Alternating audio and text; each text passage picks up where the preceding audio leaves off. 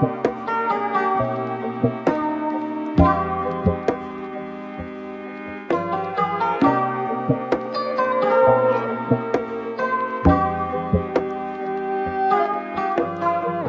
everyone, welcome to the YouTube channel. My name's Sean, and today we're going to review the Xbox Elite Series 2 controller after having it for quite some time now. Let's start by looking at the physical difference between the Elite Series 1 and the Series 2 controllers. As you can see, the outer shell of the controller is the same material of plastic and has a matte feel to it, the same as the Series 1 controller. However, you can see that the Series 2 controller has a grip that wraps around the front and the back of the controller, whereas the Series 1 only has a rubberized grip at the back.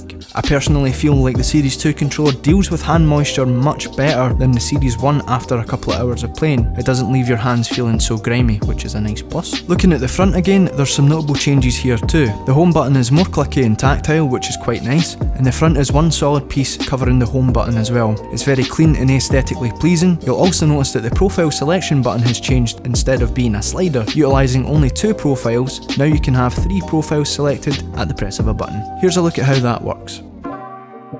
And I think that's pretty cool. Next is the analog sticks. Arguably some of the biggest changes have happened here. We have 3 different strength levels when you torque the sticks to the left or the right using the little provided key, which is this little thing here. This has some good uses if you want the analog sticks to be a bit more firm when you move them. I can see this being useful if you want to be more precise in first person shooter games, or maybe just have a bit more resistance when you're playing racing games. Personally, I do keep this in the lightest setting, which is the far left. It's much easier to move and it doesn't make your thumbs as tired after a little while, which is quite nice. Looking at the D-pad, we can see that we have the same options as the Series 1 controller. You have the normal cross D-pad and the sort of array shape, which I personally really love. It's quite nice. The A, B, X, Y buttons feel a little bit firmer than the Series 1, but that could be just because my Series 1 is a little bit older. I should note that the analog sticks also have less drifting compared to the Series 1, but again, my controller is quite old, so I'm not sure if that's what happens over time. Flipping the controller around, looking at the top, we can see 2 very important changes have occurred here. We now have a USB Type-C connection,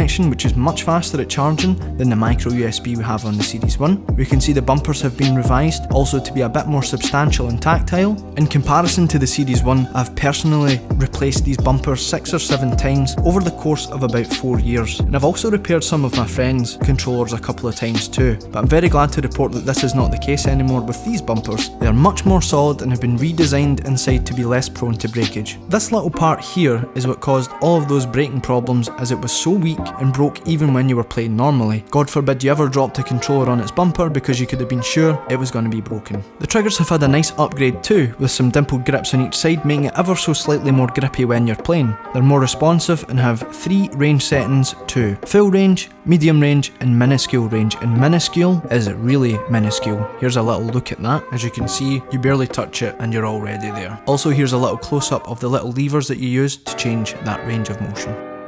Very nice. Okay, so let's rotate around just a bit more as we reach the back side of the controller. Look, there's a built-in rechargeable battery lasting up to 40 hours, which I can confirm is a mega upgrade if you're used to the normal Series 1 controllers, which lasted only about 20 hours. A much needed upgrade in my opinion. You can also see these wee pins at the back, 3 in total, and these are for compatibility with the wireless charging block that comes with the Xbox controller, and I'll talk about that in a little minute. Now, I really want to talk about one of my favourite changes that Microsoft has made to the new controller, and that is the little paddles at the back here. These are so much better than the Series 1 controller, just for a number of reasons. The first is the length of the paddles has been made smaller and harder to press. You can rest your fingers on them much more comfortably than the Series 1 without accidentally pressing them in, which the Series 1 controller was notorious for. For example, I can now use all 4 paddles on the new controller, whereas before I could only use 2 comfortably. Sometimes I would accidentally press the longer paddles at the back, resulting in changing weapons or reloading my gun instead of crouching and jumping. That was an annoyance of the Series 1 controller being a little bit too easy to press in. Glad that they have changed that. It's much better now, because before you could set the controller down at the edge of the couch and you would back out of your video or pause your video that you're watching on YouTube or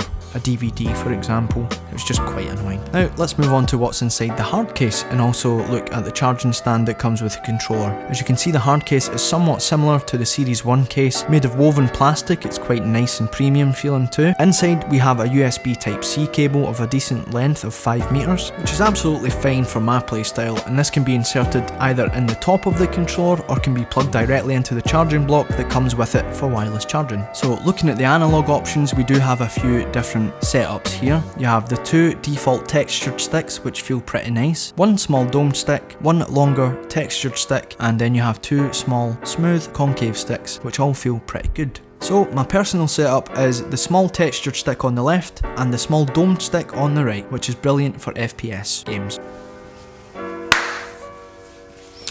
Okay, so with all that being said and done, who is this controller for? Should you buy it? And basically, yeah, let's just dive right into that. So there is some answers to this. Some people will benefit more than others from getting this. If you're coming from a normal controller and you're jumping straight to this, you will have probably a fantastic time. There is a little teething period when you do get it. It does feel a bit weird having the extra paddles on the back, but once you have them there, you cannot go back. I really do believe it makes you a better player when you don't need to touch any of the buttons at the front here. You can just do all the damage at the back here, which is brilliant. Also, the extra profiles is nice for me. I play Call of Duty Warzone and also do some Kingdom Hearts at the minute here as well, and probably, well, been doing some Dark Souls, but I kind of keep them the same, those 2 profiles. Other things, yeah, the battery life improvement is so much better as well. You're getting 2 days of playing without even thinking about doing a charge, so 40 hours versus about 18 hours on the Series 1 controller. The grips are much better, and yeah, just ergonomically it feels much better as well. I feel like Microsoft made it much smaller, not much smaller, but more ergonomic. Just it feels better in the hands and it just feels much nicer. Price point, I believe I bought this for about £159 in the UK. Over here in the Netherlands I believe it's about €165, and in the US it'll be about $170, $180 dollars. What else? The bumpers as well. If you have had a Series 1 controller, you probably have at some point had your bumpers break on you. These ones are much better. They're separated, so they're not joined in the middle here, I believe, which means it's less prone to breakage, which is really, really good. What else have I not covered? So I do believe, well, all the controllers for your Xbox One X or your S are going to be compatible with the Series X when it comes out at the end of the year. This is also going to be compatible. So the next thing I wanted to talk about is who is this not for. So if you do have a Series 1 controller and it's in good condition, then don't buy this one. Yeah, the only thing you're getting is better paddles and better battery life, but if you do have a Series 1 and it's in good condition, then keep it, because you'll be able to get this in a year or 2. So don't waste your money.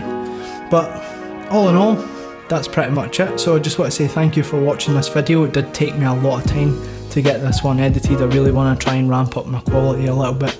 If you did enjoy it, give us a little like, click the bell, and yeah, I'll see you in the next one. Bye bye.